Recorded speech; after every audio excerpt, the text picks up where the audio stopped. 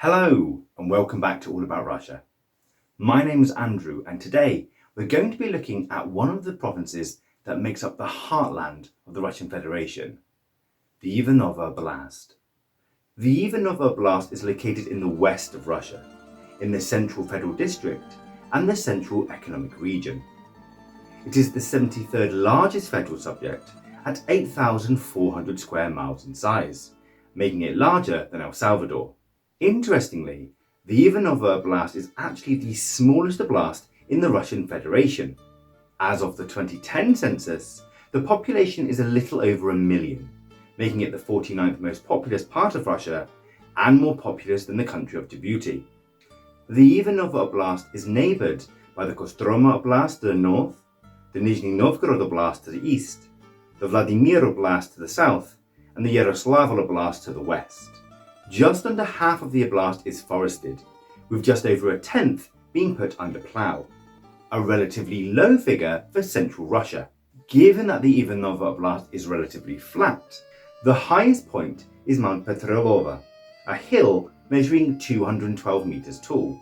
For context, that's actually shorter than the skyscraper 1 Canada Square in Canary Wharf. Its name comes from a local legend, that of a 12th century mayor from the neighbouring Novgorod region. The oblast has over 1,700 rivers flowing across it, with the longest river being the Volga, of which 100 miles flows through the oblast.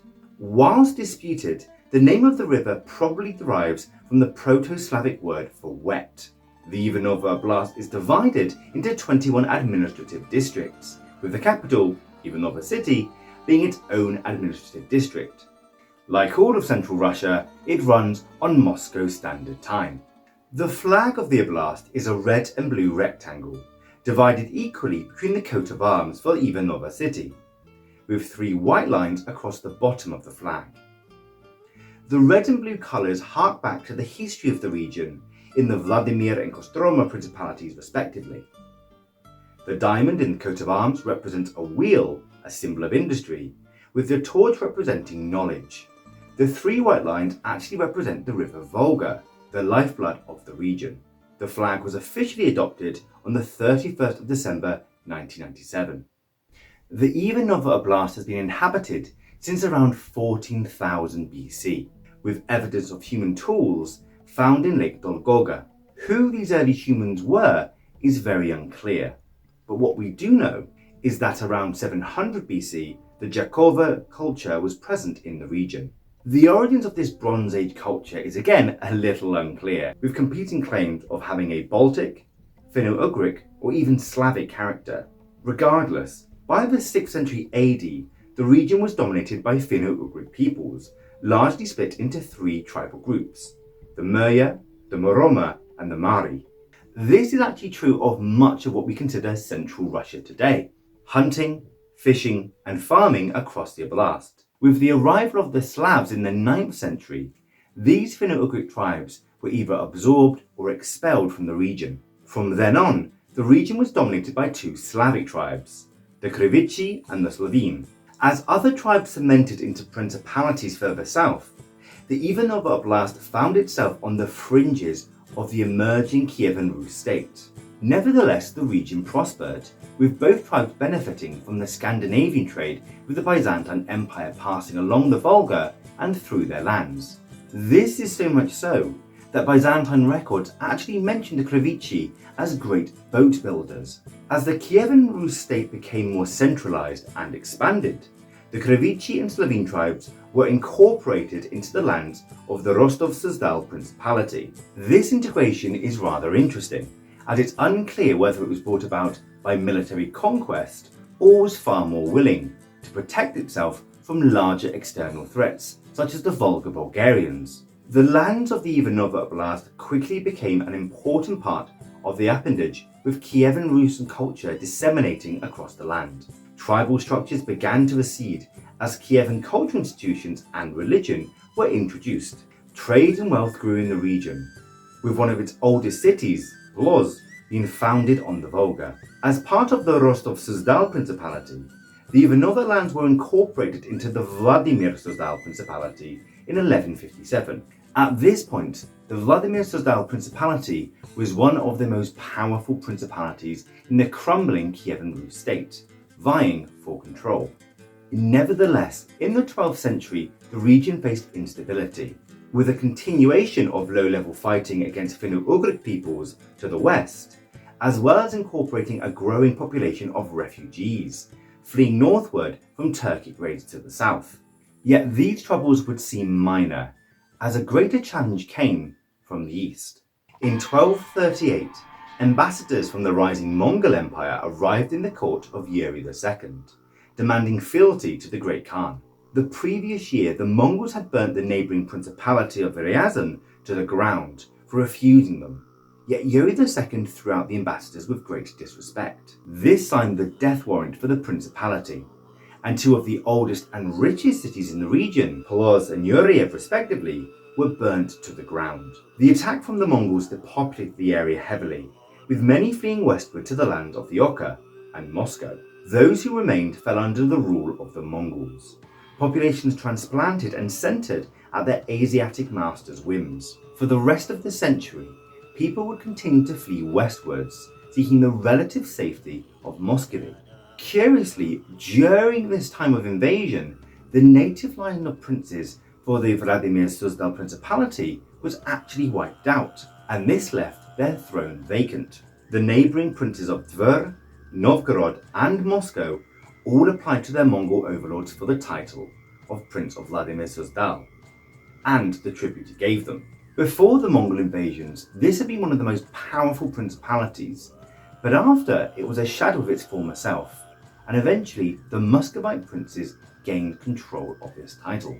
This is actually quite an important point, as it centres the removal of the Ivanovo region away from Vladimir's influence and under Moscow's. Mongol dominance lasted for around a century before fragmentations began to appear. The frequent change of Khan and the infighting that went along with it allowed the princes of Muscovy to gather more settlements in the Ivanovo region, inheriting the whole Vladimir Principality covering the northern part of the Ivanovo region in 1364. The instability of Mongol rule actually exposed the region to more violence and left them open to predatory attacks from ambitious Khans. This led to the establishment of the Ploz defensive line in 1410. Whilst designed to protect returning settlers from Muscovy to the depopulated Ivanovo region, devastating attacks in 1429 and 1440 proved how precarious this was. Yet for the people of the Ivanovo region, 1440 would prove their last encounters with the Mongols, as a Kazani raiding force was defeated by a Muscovite force outside Ploz. 11 years later, in 1451, the Grand Prince of Muscovy, Vasily II, inherited the Suzdal Principality, and with it, the last part of territory comprising the modern Ivanovo Oblast. Within the Duchy of Muscovy, the lands we consider the Ivanovo Oblast today were split between the districts of Vladimir and Kostroma.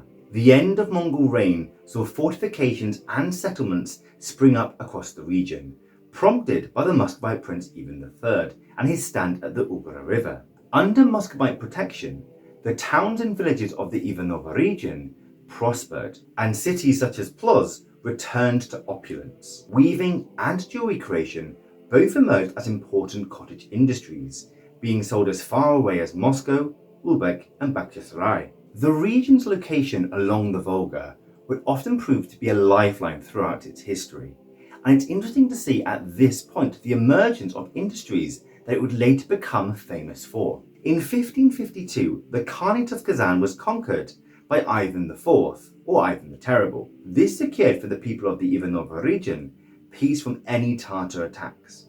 As the borders of the Tsardom expanded, the lands of the Ivanovo region went from being a frontier to becoming a heartland, and thus the fortifications built there became neglected and relegated, much as we have seen in our video on the Belgorod Oblast, which can be watched here. It is also around this time that we first find mention of a village of Ivanova, or Ivan's village. It is very likely that it existed before this point, but had never been such a size and importance to warrant mentioning.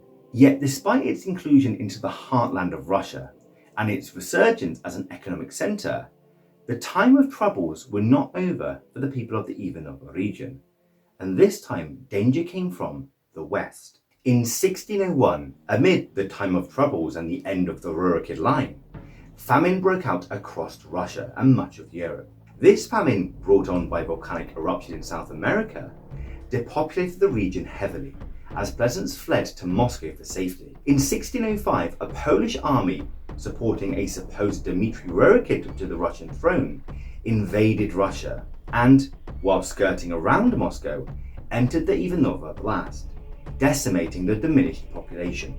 Once ascending Dmitry to the throne, the Poles did not stay, but they were to return 2 years later at the head of another army with another candidate. This Polish army traversed Russia for 2 years before heading to the capital, plundering the Ivanovo lands again in 1609. Interestingly, some forces from the Ivanovo region actually joined up with the Poles, as many did across Russia. This was because there was a powerful pro-Polish faction in the Russian court, advocating stability at any cost.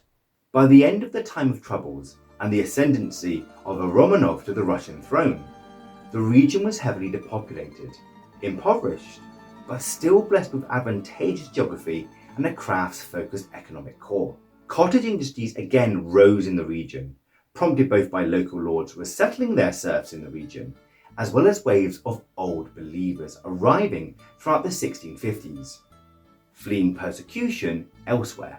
These factors all combined to the rebirth of the region, and very quickly it found itself in a familiar role as an economic centre. Despite plague in the middle of the 17th century, the region still thrived, and expansion and development of the Russian state led to the Ivanovo Oblast being incorporated into the Moscow Governorate in 1708. This inclusion brought needed administration and investment to the region. It saw swampland across the oblast drained, with new villages and towns emerging.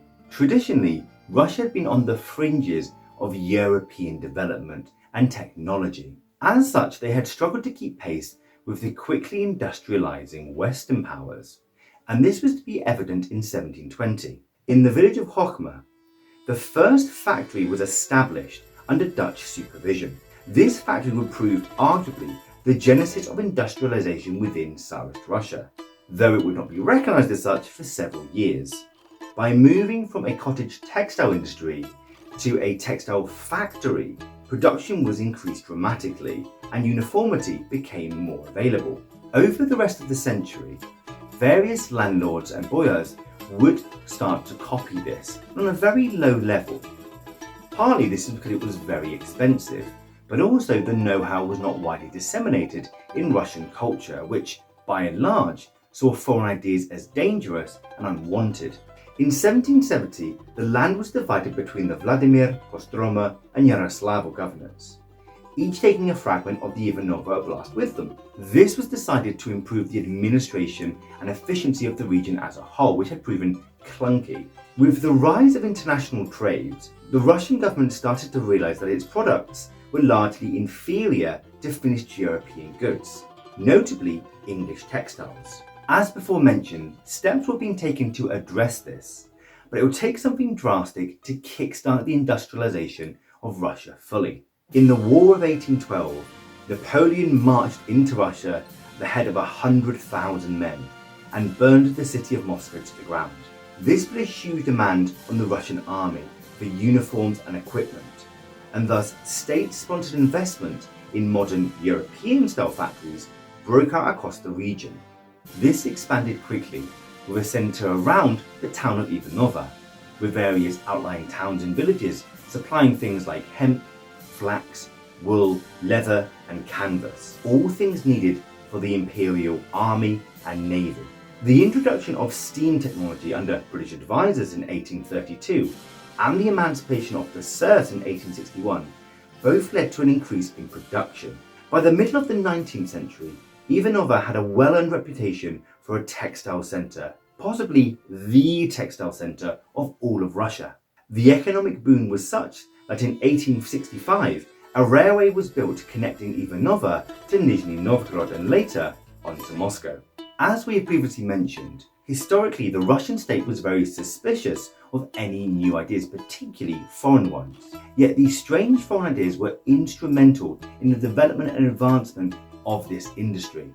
And slowly but surely, these ideas began to disseminate among the Russian aristocracy. In 1871, the state created a new oblast, the Ivanovo Oblast Industrial Oblast, merged from two important economic centres and the focal point of Russian textile manufacturing. However, this was still the 19th century, and the dangerous conditions, low wages, and horrendous accidents that permeated all factories around the world occurred here as well. The Ivanovo Oblast holds the title as one of the first, if not the first, places of industrial action within Russia. In that same year of 1871, strikes broke out, demanding better wages and improved conditions. The actions here would inspire a generation of socialists from across the Russian political caste. By the turn of the century, over 27,000 people worked in the Ivanovo Oblast industrial region, with over 50 factories scattered across the land, supported by hundreds of towns and villages. In 1905, when revolution swept across Russia after losing the Russo-Japanese War, the first Workers' Council, or Soviet, was formed. As things did not improve, and discontent grew, and many socialist philosophies began to be disseminated amongst the industrial classes.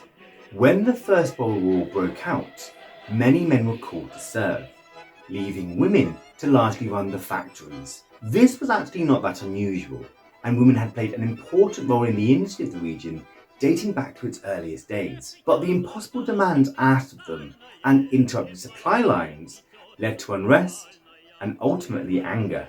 With the abdication of the Tsar, the provisional government came to power and were widely supported. As the war continued and Russia's hardships grew, this support disappeared in the Ivanovo region, who supported a more radical faction, the Bolsheviks. In the provisional government, Mensheviks, social revolutionaries, and progressives had all held positions of power, but their failings tainted the parties in the eyes of many in this industrial region, and thus they supported the Bolsheviks as a radical new force. Relying on this base of support, the Bolsheviks created the Ivanovo Oblast Governorate, including part of the Kostroma and Vladimir Oblasts. Surprisingly, going from a world war to a civil war didn't decrease demands, nor did it improve supply lines, and the lack of manpower, food scarcity, and general hardships persisted in the region throughout the war years. Curiously, despite an otherwise fairly consistently strong support for the Bolsheviks, the region was tested in 1922, when Red Army soldiers started to dissolve churches and monasteries in the region. Many in the region were still religious, some even being old believers adhering to the Nikon pre-reforms. This unfortunately led to a massacre at the village of Shushki, when devout Christians were shot for resisting the plundering of their temples. If the late Tsardom had been slow to recognize the economic advantages of the region, the Bolsheviks were quick on the button, pumping resources into the region. In 1929, the Ivanovo Oblast Oblast was merged with the Yaroslavl, Vladimir and Kostroma Oblasts, all to create the new Ivanovo industrial region. Production levels returned, then exceeded their pre-war rates, as the communists brought people and resources into the region. The Ivanovo industrial region was very important to the Soviet state, though primarily for its economic output, not its loyalty. This was evident in 1932, when striking workers in the town of Vichuga were shot for protesting the price of bread. Over the next 20 years, adjustments were made to maximize the output of the region and improve efficiency. In March of 1936, the Yaroslavl Oblast was removed and the industrial part of the name dropped. During the war years, both the Kostroma and Vladimir Oblasts were removed in August of 1944, allowing resources to be applied more evenly where they were needed. And needed they were. During the war years, wave after wave of refugees retreated to the region, seeking safety and a way to help the war effort. These refugees were incorporated into the workforce, and, in a cruel mirror of 1914, huge numbers of women and children made the boots, coats, bandages and weapons used to repel the Germans. Around 12 million uniforms were created for the Red Army during the war years, most of them coming from here. Similarly, hundreds of thousands of men and women enlisted in the Red Army to hold back the fascist tide. Being outside direct German control, the region was relatively unscathed after the war and was used as an economic hub to help rebuild the ravaged West. Having an industrial base is incredibly useful for any country. As we have seen, however, modern countries tend to require fewer of these bases, and the transition from an industrial capacity to a modern service economy often comes with hardships. This decline for the Ivanovo region began in 1971. On the 28th of August, the Soviet state detonated a subterranean nuclear device. This was done on purpose. The aim was to explore potential gas and oil reserves geologists believed might exist underground. This, as it turned out, was a terrible idea and led to the village of Galkino being evacuated, with neighbouring parts still irradiated to this day. As the Brezhnev regime stagnated, the supply and demand for textiles from the Ivanovo region diminished. This growing problem was only exacerbated by tornadoes striking the region in 1984, causing millions of rubles in damages and killing nearly 100 people. By the 1990s, the situation had deteriorated terribly. Protests against the lack of products for sale, street fights against the police on a semi-regular basis, as well as rolling blackouts across the region blighted this time. Social problems such as alcoholism, crime and suicide all rose during this period. And with the transfer from a communist to a capitalist position, crisis after crisis emerged. The new Russian state recognized the importance of helping these densely populated former industrial areas and set to work. Having transferred the Sokolsky district to the neighbouring Nizhny Novgorod Oblast for ease of funding, the state began selling off factories to regional bigwigs and incentivizing investment in the region. Being so near the perhaps more lucrative Muscovite and St. Petersburg centres, the Ivanovo region got a smaller slice of the economic aid.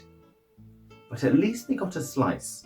Throughout the 2000s, conditions and the economy have improved, with many of these factories diversifying their services. By 2015, it was the poorest region in the Central Economic Region, but this is still higher than much of the rest of Russia. Today, in addition to historic textile and fabric industries, mechanical engineering, food production, public sector services, as well as energy production are all significant parts of the economy. One thing the Ivanovo Oblast has monopolized very well is the tourism market. Two of the most famous cities on the Golden Circuit lie within their region, and given that most Russians don't travel abroad, this is actually a very large business. As of 2021, around a third of people are still employed in light industries, offering a historic link to a nearly 400-year-old tradition. As the Russian state has not yet disclosed full details of their 2021 census, perhaps because they have something slightly larger on their plate, we're going to be looking at the 2010 census results, though I will of course update this in a future video. In the 2010 census, the population was over 1 million people, with Russians as the majority at over 95%. Tiny numbers of Ukrainians, Tatars, Armenians and Azeris all make up communities in the oblast. As of the 2012 survey, over half the population was Christian, with over 45% being adherents to the Russian Orthodox Church. Over a quarter of people asked said they were spiritual but not religious, while around 12% are atheists. Tiny numbers reported Islam or an indigenous faith system, whilst the rest gave no answer. The birth rate in the oblast is 1.24 children per woman, which is lower than the national average. Likewise, rates of drug abuse are lower than the national average at around 15 incidents per 100,000. Alcoholism is, however, at a much higher rate, at over 150 incidents per 100,000 people. This is a worrying legacy and hopefully something that will be corrected in time. The governor of the oblast is Stanislav Voskresensky, an ethnic Russian from the Samara region. He has been the acting governor since 2017, when he was appointed by Putin. Interestingly, he is not a member of the United Russia Party, though he is very friendly with them, hence his appointment. The Ivanovo Oblast is a very popular tourist destination within Russia, and for good reason. If you were to visit, you may well travel to the cities of Ivanovo and Ploz, both historic and beautiful cities on the Golden Ring of Russia. Likewise, the River Volga flows across the Oblast and provides stunning views all year round, and is good for swimming, boating and especially fishing.